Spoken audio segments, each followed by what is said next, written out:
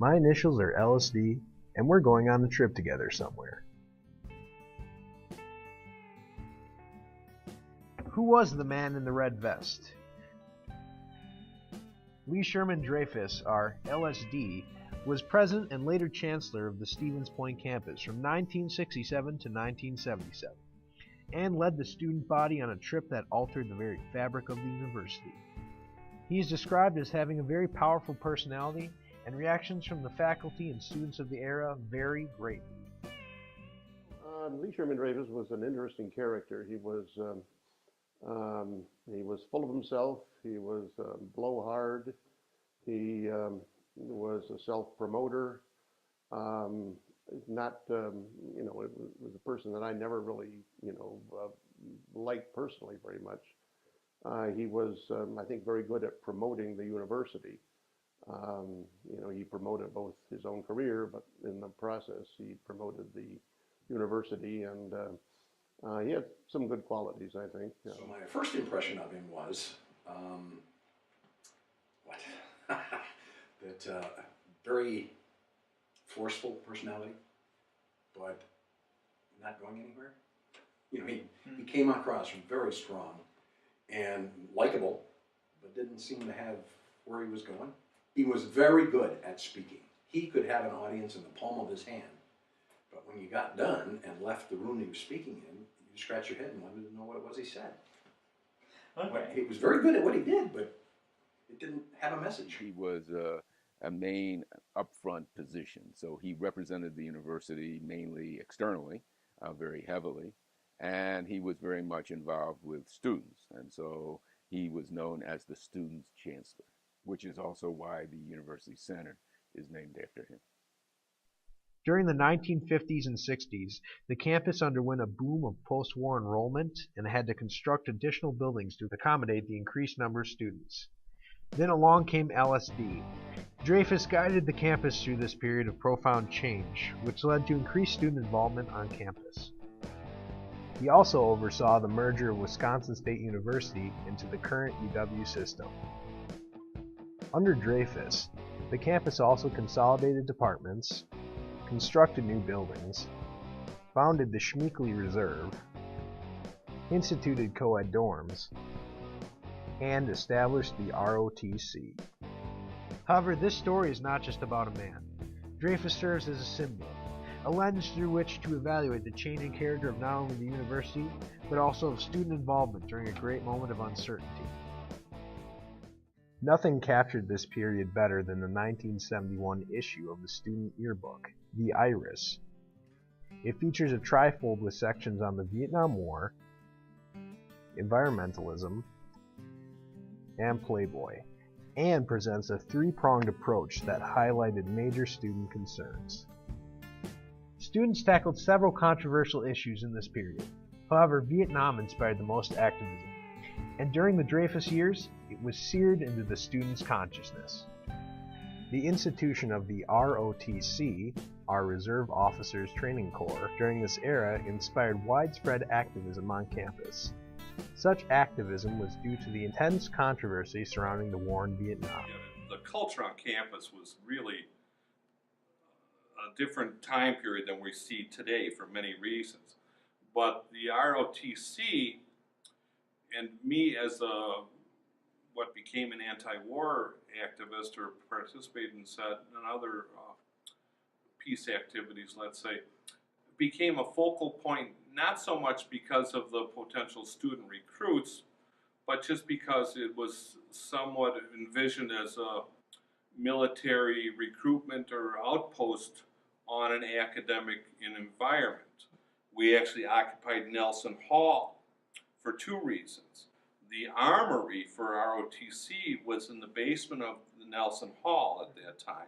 It was a very small armory. We had no intention of getting into the armory, but we wanted to sit down in the hallway, civil disobedience, to prevent those guns from being used, even for training, let's say. But the reason why we ended up in Nelson Hall was, okay, the ROTC had an office in the basement, or armory, but also they had started bombing Cambodia. So the war was all of a sudden extended, beyond. So it became focal points, and ROTC was just one facet of that. They occupied, I think, Dreyfus's office. Dreyfus, I think, handled it pretty well. Well, some of the things he did in that era I wasn't in favor of, but he was not confrontational. He allowed students to stay in Nelson Hall through the weekend. He didn't call in the police. So I thought it was, given what could have been, very hairy situation, I think he handled it fairly well. While concern over the Vietnam War was certainly profound, it was not the only issue on students' minds. They were concerned for the environment as well. One of the biggest examples of environmentalism on campus surrounded the founding of Schmeeckley Reserve. The Schmeeckley Reserve was founded on land originally acquired by the university for further expansion.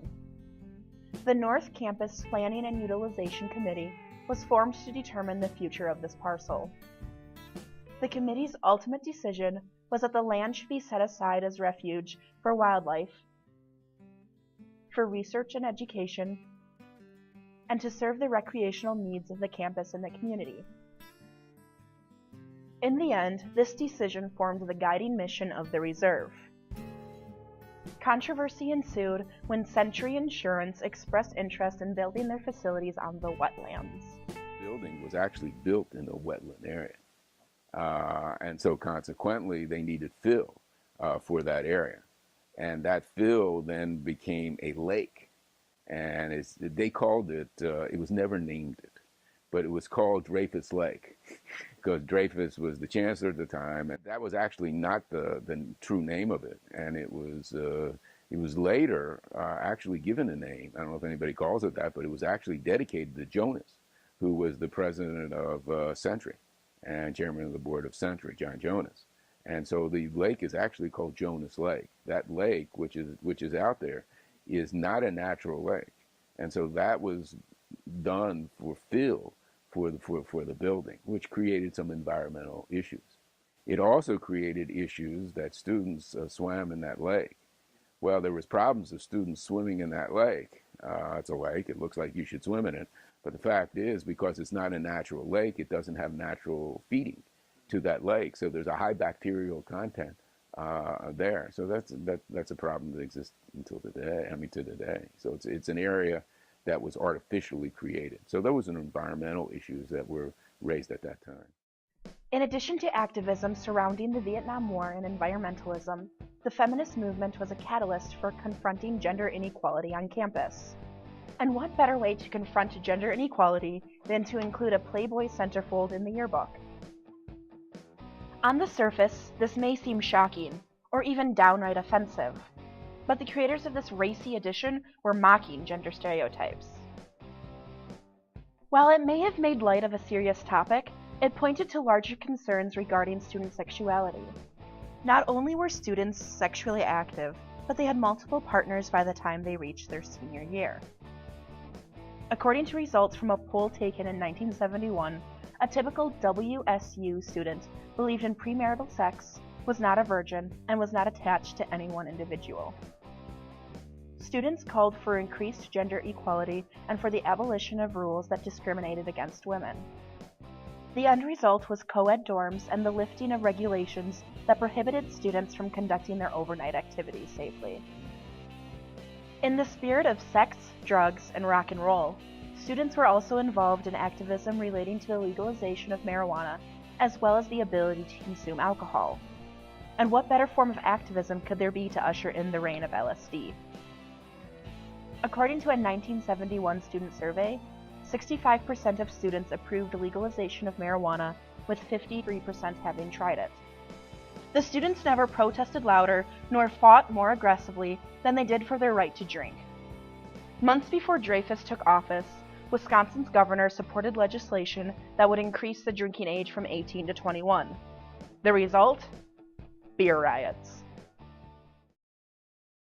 Governor Knowles came to point to pitch he was going to raise the beer drinking age to 21, along with hard liquor. He came out on the second floor of the Whiting Hotel. He got egged. It was about 10 in the morning.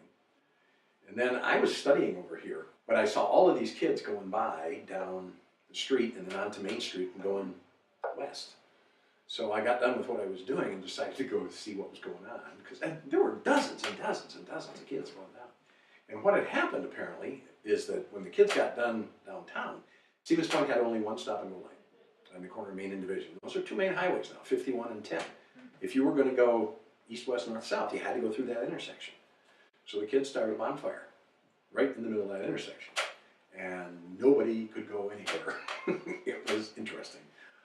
And the police around here, who had never had any riot